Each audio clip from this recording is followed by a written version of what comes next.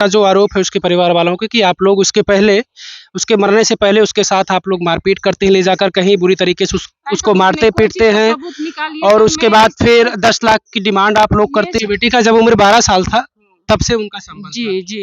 आपको कोई आपत्ति नहीं हुई जब शुरू में वो संबंध बढ़ाने की कोशिश किया, संबंध बनाने की कोशिश किया, बातचीत करने की कोशिश किया? क्योंकि बिटिया की उम्र 12 साल है और 12 साल की जो लड़कियां होती हैं वो इन चीज़ों से अनजान होती हैं। या तो उन्हें बताया जाए इन चीज़ों पर, झांसे में लिया जाए, चाहे उसने लिया, जिस तरीके से उसको जानकारी हुई उसको तो कहा गया, उसको झांसे में लिया गया, लेकिन आपने कोई आपत्ति नहीं जताया कि इस मेरी 12 साल की नन्ही सी बिटिया को किस तरीके से झांसे में लिया जा रहा है? कोई आपत्ति आपको नहीं, आप शादी के लिए तैयार हो गई। बलिया जिले के भीमपुरा थाना क्षेत्र के गांव में हम मौजूद हैं और हमारे साथ जो महिला खड़ी है, यह महिला अपनी बेटी के अपहरण को लेकर मुकदमा दर्ज करवाती है बीती 8 तारीख को। जो जिस लड़के के नाम पर यह मुकदमा दर्ज करवाती है वो नगरा थाना के रहने वाला है, मालीपुर का रहने वाला है। इनका आरोप था कि इनकी लड़की को बहला फुसला कर वो लड़का भगा ले गया है। इन तमाम चीजों को लेकर लड़का आहत होता है और वो देवरिया के तुर्ती पार पुल पर घाघरा नदी से छलांग लगा देता है और अपनी जीवन लीला को समाप्त कर लेता है। बीते 8 तारीख को हो जिस दिन ये लोग मुकदमा दर्ज करवाते हैं। क्या नाम है आपका? सुमन नाम है। सुमन, आप अपनी बेटी का अपहरण का मुकदमा दर्ज करवाती हैं 8 तारीख को, किसके ऊपर? विशाल के नहीं आ रहा था। मैं बार बार बुलाते थे, वो विशाल नहीं आ रहा था। मैं 2-3 दिन से पहले भी ये कर चुका था ऐसे, तो हम कहे कहीं फिर छिपा कर ले जाके फिर पहुंचाएगा, तो हम इसीलिए 4 दिन इंतजार किए उसको कि आज ले आकर दे दे, कल ले आके दे दे। अच्छा, विशाल से आपकी लड़की का संबंध था? जी। कब से था? 4 साल से। 4 साल से 4 तारीख ले। अच्छा। और विशाल को ये कहता था शादी करेंगे, झांसा दे रहा था विशाल की शादी करेंगे। अच्छा, विशाल शादी की बात कर रहा था तो इस बात से आप राजी थी? मैं पूरा राजी। विशाल के परिवार के लोग राजी थे? अपने उनको नहीं जानते थे, वो नहीं राजी थे। वो हमसे एक बार जब बातें नहीं कहे हैं, सुने, उनकी माँ कुछ कही सुनी नहीं, वो कहत रहा था झूठ की साच की हाँ मम्मी से बात कराएंगे, मम्मी जानती है शादी हम लोग की होगी। जो कि मम्मी इतना भी जानती थी कि मेरी लड़की को वहाँ भी बुलाती थी, अपने पास भी बुलाती थी वहाँ पे मालीपुर में, और चुप्पे चुप्पे बुलाती थी। मेरे को एक भी नहीं खबर, एक भी बता देती कि हाँ तुम्हारी बेटी यहाँ पर आई है, कोई तो सब खबर देना चाहिए। मगर विशाल की मम्मी बहुत ऐसी राज्य हैं कि सब कुछ जानती है, मगर फिलहाल वो सामने नहीं अपना बातें कहती है, सुनती है। विशाल से आपकी भी बातचीत होती थी? विशाल को हम बेटे जैसे मानते थे अपना, क्योंकि मैं जब शादी करने था तो मैं बेटे जैसे मानते थे उसको, जानते थे, आज भी जानते हैं। लेकिन वो मैं क्या जानती हूँ कि ये कहाँ है वो कहाँ है, दोनों को हमको ना पता है, नहीं हमको कुछ पता लग रहा है। जब सारी चीजें ठीक थी, आपकी तरफ से संबंध बेहतर था, आपकी मर्जी भी थी कि हम उसको दामाद बनाएंगे, फिर आप लोग उसके साथ ऐसा क्यों किए? क्यों उसको प्रताड़ित किया आप लोग? उससे 10 लाख की डिमांड आप लोग क्यों किए? क्यों उसके साथ मारपीट एक दिन ले जाकर करवाते हैं? क्योंकि सब झूठ है। जो भी विशाल की मम्मी आवाजें उठा रही हैं उनके प्रति मैं यही कहूंगी कि जो भी आवाजें उठा रही हैं, चाहे जो भी कोई भी आवाज उठा रहा है, जो भी गलत बोल रहे हैं, मगर ये सब झूठ बोल रहे हैं। मैं जब सच की सामना मैं चाहती हूँ सर, आप लोग से निवेदन है कि मैं सच का सामना किया जाए। जो लड़की कहाँ है और लड़का कहाँ है, बस सच का सामना किया जाए सरल, और दोनों को जो भी कड़ी है सजा दीजिए। मेरी वो सब आप लोग से निवेदन है। इस बात को माना जाए कि विशाल की माँ जो है या विशाल के परिवार के लोग जो है वो आरोप लगा रहे हैं, लेकिन विशाल जब आत्महत्या करने जाता है तो पुल पर खड़ा होकर ये खुद कहता है और 5 लोगों के नाम का जिक्र भी करता है, जिसमें 4 लोगों के नाम का जिक्र करता है, जिसमें मुकदमा भी उन लोगों के नाम से अब हो चुका है। तो वो तो झूठ नहीं कह सकता। विशाल तो कहीं ना कहीं विशाल का शोषण हुआ होगा, विशाल के साथ मारपीट हुई होगी, इसलिए विशाल लाइव आकर ये इन चीजों का जिक्र करके कूदता वहां से छलांग लगाता। क्योंकि वो पहले भी कई बार ऐसे जहर खाने की भी धमकी दे रहा था, वो टेंशन में रहता था। वो पता ना क्यों टेंशन में रहता था, मेरे को नहीं पता। अब उसकी माँ जब नहीं जान पाई तो मैं क्यों जानूंगा? जो सामने वो देखी है वो कही है उसकी माँ, मगर आरोप जो भी गलत दी है, जो झूठ साच दी है, चाहे किसी की प्रति दी है, तो झूठ साच से नहीं चलेगा। जो सत्य है सर वही आप उसी पर कार्रवाई कीजिए। मैं उस चीज से हम बहुत खुश हैं। बस जो भी सत्य है बात उसी पर चलिए आप लोग, क्योंकि बेसच के कोई सामना नहीं हो। आप ये मानती हैं कि विशाल ने जो आरोप लगाया छलांग लगाने से पहले नदी पर पुल पर, तो वो गलत लगाया? वो सब गलत बोले हैं। विशाल क्योंकि उनकी भी बात में कुछ ऐसी बातें हैं कि सच्चाई आप लोग के, और झूठ, बहुत झूठ बोला है, बहुत सत्य बोला है। विशाल बहुत गलत किया है, क्योंकि उसको मैं बेटा जैसे मानते थे। विशाल किस वजह से, किस कारण से वो ऐसे शब्द बोला है। विशाल को मैं बुलाती थी, मैं 4 तारीख से मैं उससे प्रेम से यही बातें कहते, बाबू जैसे वो पहले दे चुका था, मैं अपने इज्जत के ढकने के लिए मैं बहुत प्रयास उससे हाथ जोड़ के निवेदन मांगा था कि मेरा इज्जत कोई जान न पाए, धीरे से तुम हमारी बेटी को हमारे पास पहुंचा दो। मगर विशाल ने ऐसा इसके कुछ पहले भी विशाल क्या लेकर उसको गया था? गया था, हाँ, घुमरा कर फिर चारों ओर से घुंघराते घुंघराते लेके फिर हमारा को कहा कि जाओ कि डेरापुर जाओ, या इधर उधर दौड़ाया, और फिर शाम को हमारी बेटी को हमारे पास दे दिया। अच्छा, यानी 4 तारीख से आपकी बिटिया लापता हुई। हाँ, 4 तारीख के बाद आप विशाल से बात की थी कभी? जी, हमारे दुकान खुद पर बात आए की थे। जी, हमारे दुकान पे आए थे, और वो दुकान दुकान पर कब? बिटिया के लापता होने के बाद या नहीं, लापता से नहीं, पहले? नहीं, वो ना पता भी नहीं थी। अच्छा, उसके पहले। हाँ, वो पहले आया था, सुबह में बात हुई थी, मेरी बिटिया भी सुनी थी।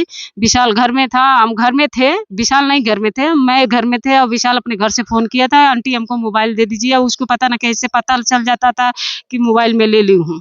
तो कहता है विशाल कि हमारी मोबाइल फूट गई है, मोबाइल अपना दे, हमारा मोबाइल दे दीजिए। कहें तुम दुकान पर आओ, मैं दे देती हूँ आपको मोबाइल। तो मैं दे दी मोबाइल, हमारे दुकान पर आया, हम बहुत समझाए, बाबू ऐसा काम मत किया करो, क्योंकि जब ज़िंदगी उससे संवारनी है तो तुम पढ़े लिखो और कुछ लायक बन जाती है, तो उसके बाद मैं खुशी-खुशी शादी कर दूँगा। क्योंकि मेरी पूरी मर्ज़ी था, मैं अपने आदमी तक से कहे थे कि लड़का हमारे लिए ठीक है। क्योंकि जो इंसान की सबसे बड़ी अंदर से आत्मा, माने अंदर का चीज टोया जाता है, सूरज से नहीं, उसकी प्रेमिका से। मैं उससे बहुत प्रेम करते थे, और वो हमारे लड़की से बहुत प्रेम करता था, वो दोनों का प्रेम था। और बीच में अब क्या हुआ मेरे को नहीं पता, और अभी भी नहीं पता है कि ये दोनों में क्या हुआ क्या नहीं हुआ। हमसे एक बार जो भी कुछ होता तो मेरे को पहले बता देना चाहिए ना कि आंटी हमको ऐसे हो रहा है, चाहे वैसे हो रहा है, कुछ तो बताना चाहिए। वो मरने के बाद मर रहा है, उस समय भी नहीं कुछ बोला। मैं एक ही बात कहती थी कि थाना में आ जा तू। तब उसको मनाते मनाते नहीं खीस भर गया, तब हम थाना में गए, क्योंकि इसी तरह उस समय भी हमको घुंघराया, बहुत घुंघराया। और दो घुंघराते घुंघराते 6 महीना पहले की ठंडी में के बात थी, घुंघराते घुंघराते घुंघराते तब हमारी लड़की को शाम को रात को दे गया है वो। बिटिया की आपकी उम्र क्या है? 16 साल है सर। 16 साल। 4 साल पहले से संबंध था। चार यानी आपकी साल। बेटी का जब उम्र 12 साल था, तब से उनका संबंध था। जी जी। आपको कोई आपत्ति नहीं हुई जब शुरू में वो संबंध बढ़ाने की कोशिश किया, संबंध बनाने की कोशिश किया, बातचीत करने की कोशिश किया? क्योंकि बिटिया की उम्र 12 साल है, और 12 साल की जो लड़कियां होती हैं वो इन चीज़ों से अनजान होती हैं। या तो उन्हें बताया जाए इन चीज़ों पर, झांसे में लिया जाए, चाहे उसने लिया, जिस तरीके से उसको जानकारी हुई, उसको तो कहा गया, उसको झांसे में लिया गया। लेकिन आपने कोई आपत्ति नहीं जताया कि इस मेरी 12 साल की नन्ही सी बिटिया को किस तरीके से झांसे में लिया जा रहा है? कोई आपत्ति आपको नहीं? आप शादी के लिए तैयार हो गई? नहीं, नहीं, ये अभी भी विशाल ने कहता था बात को कि देखो आंटी हम प्रिया से शादी करेंगे। विशाल कहता था, मगर ये नहीं पता ये लोग में क्या हुआ, कैसे हुआ, मेरे को कुछ नहीं पता इससे। मगर विशाल जानता है सब कुछ, प्रिया का जानता था, विशाल भी जानता था, ये दोनों का अपने में हमसे अपने में आपस में करते थे। और 12 साल की बात है, आप कह रहे हैं सर ना, बच्चे ऐसे होते हैं कि माँ बाप से कुछ ऐसे बच्चे हैं, विशाल कुछ ऐसी बातें हैं कि छिपा देता था, छिपा कर ढक के करता था। बताइए माँ बाप कब तक अपने बच्चों को अपने बांध कर लेकर अपने पोथों में चलेगी? बताइए आप, मैं कब तक लेकर बैठूं? तो उन कोई अपने औलाद को बांध कर तो लेकर चलेगी नहीं कि चलो मेरे पीछे पीछे मैं जहाँ जहाँ जा रही हूँ।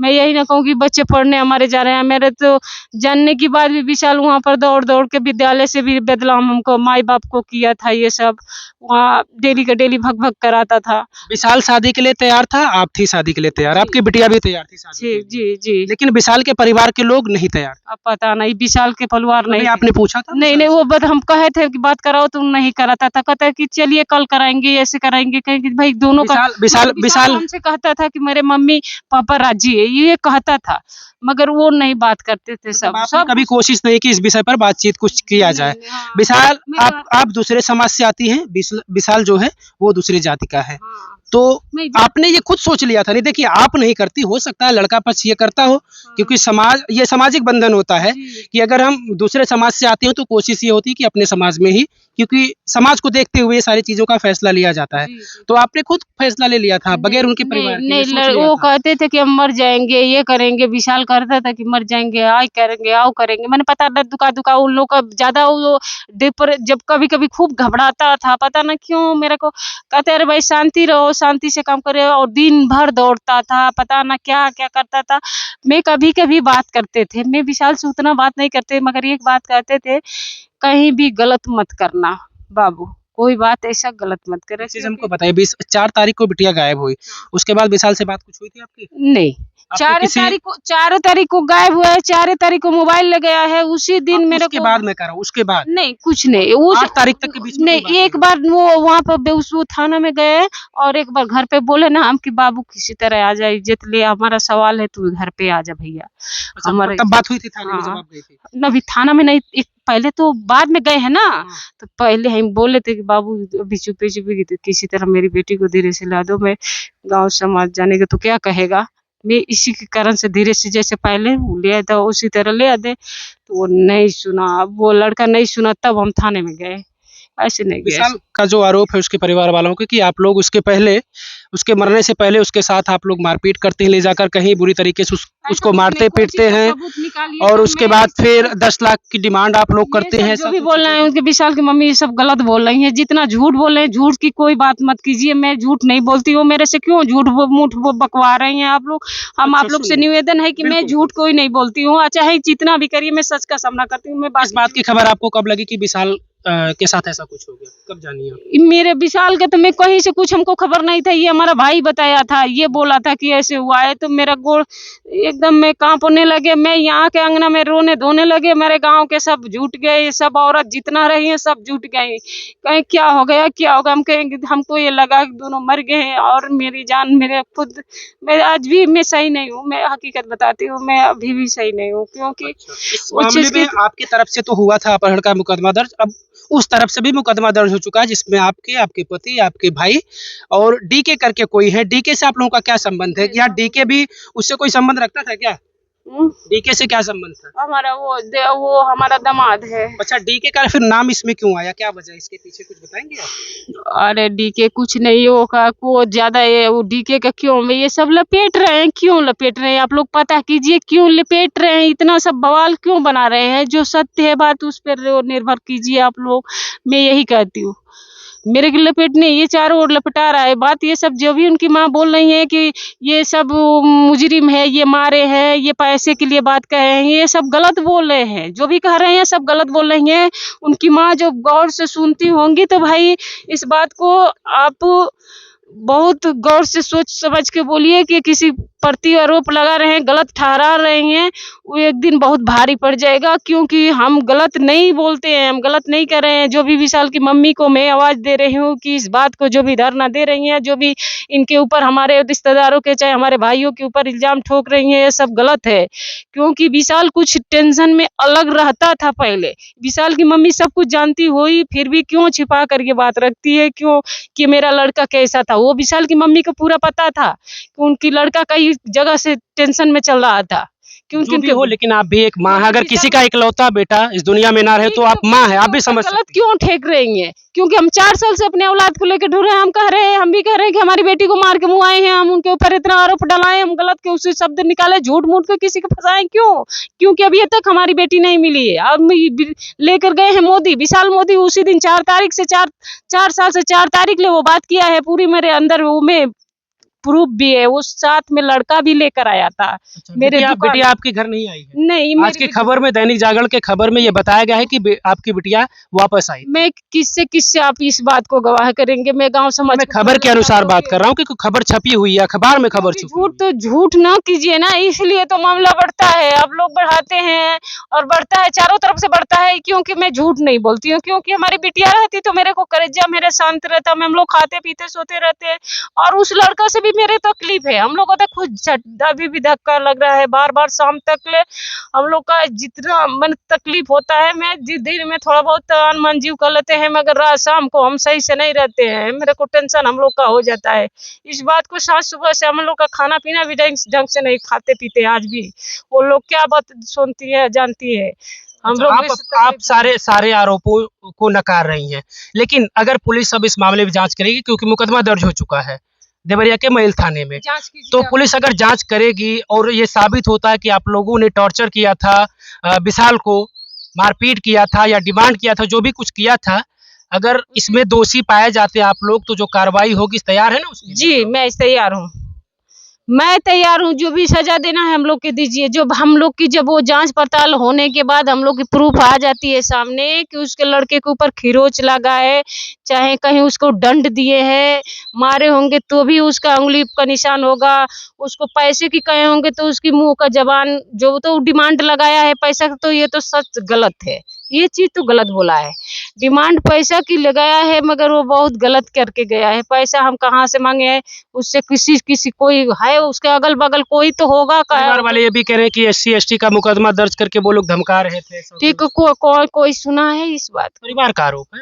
आप लोग इसमें आपकी क्या सफाई है? ऐसा भी कुछ था कि हम SC ST का मुकदमा दर्ज के फंसा देंगे ऐसा तुमको? कुछ नहीं बात है सर, ऐसा कुछ बात नहीं है। जहाँ बात हुई है ना, हम लोग पता है कि हम लोग जहाँ बात की हम वहां तक ले चलेंगे। हम बस जब उस लड़के से हम दो बात किए हैं तो वहीं पे थे, मालियपुर में थे, उनके माँ बहन सब थे। क्यों झूठ बोल रही है? ये सब लपेट रही है, उनके सामने हम जाकर खड़ा हुए थे। हैं? चलिए, विशाल के परिवार का जो आरोप है उन आरोपों पर हमने प्रिया के मम्मी से बातचीत किया। हालांकि उन सारे आरोपों को ये नकार रही हैं और ये कह रहे हैं कि हम लोगों ने ना तो कोई डिमांड किया था, ना उनके साथ मारपीट की थी। ये सारे आरोपों से नकार रही हैं और आपको बता दें कि जो इनकी बिटिया है प्रिया, इनके मुताबिक अभी वो वापस नहीं आई है। हालांकि मुकदमा तो दर्ज हो चुका है। अब उम्मीद करते हैं हम लोग कि इस पूरे मामले को सुलझाया जाएगा, क्योंकि ये दोनों परिवारों से बातचीत करने के बाद ये मामला अभी भी कन्फ्यूजन में है। ये समझ नहीं आ पा रहा कि आखिर ये हुआ कैसे। जब प्रिया की मम्मी शादी के लिए भी तैयार थी, सारी चीज़ें ठीक थी, सब ये लोग खुश थे, विशाल भी तैयार था कि मैं प्रिया से शादी करूंगा, तो सब कुछ जब ठीक ठाक, तो फिर ये नौबत कहाँ से आकर खड़ी हो गई और विशाल ने फिर अपनी जीवन लीला समाप्त करने के लिए कैसे सोच लिया? अगर अपहरण का मुकदमा दर्ज हुआ था तो उसे फेस करना चाहिए था। अगर ये लोग डिमांड करे थे तो वो भी बातें आकर थाने में बतानी चाहिए थी पुलिस के सामने। अब आरोप लग जाए, कोई कुछ कह दे तो ऐसा थोड़ी ना कि आप दोषी हो जाएंगे। आपको ऐसा कुछ नहीं करना चाहिए था। हालांकि विशाल आप तो है नहीं दुनिया में, मेरी बात सुन नहीं पाएंगे, लेकिन ये उन लोगों के लिए है जो ऐसे मामलों में कभी कभी फंसते नजर आते हैं। तो आप घबराइए मत। आपके ऊपर अगर किसी भी तरीके का इस तरीके का कोई आरोप लग रहा है तो आप अपने आप को साबित करेंगे तब जब आप जीवित रहेंगे। आप तो अब साबित नहीं कर पाएंगे। आपके परिवार के लोग जो भी आरोप लगा ले या आपके उस छलांग लगाने के पहले की जो आपकी बातें हैं वो पुलिस कितना मान रही है, कितना समझ रही है, ये सारी चीजें जांच के बाद सब कुछ सामने आ जाएगा कि इस पूरे मामले में हुआ क्या है, क्यों आखिर विशाल गुप्ता ने अपनी जीवन लीला को समाप्त किया है। वो सारी चीजें सामने आ जाएंगी। और जब ये लड़की बरामद होगी, क्योंकि परिवार के अनुसार लड़की लापता है, लड़की अभी भी नहीं है, जब लड़की सामने आएगी और पुलिस गहनता से इस पूरे मामले की जांच करेगी तो सब कुछ दूध का दूध पानी का पानी हो जाएगा।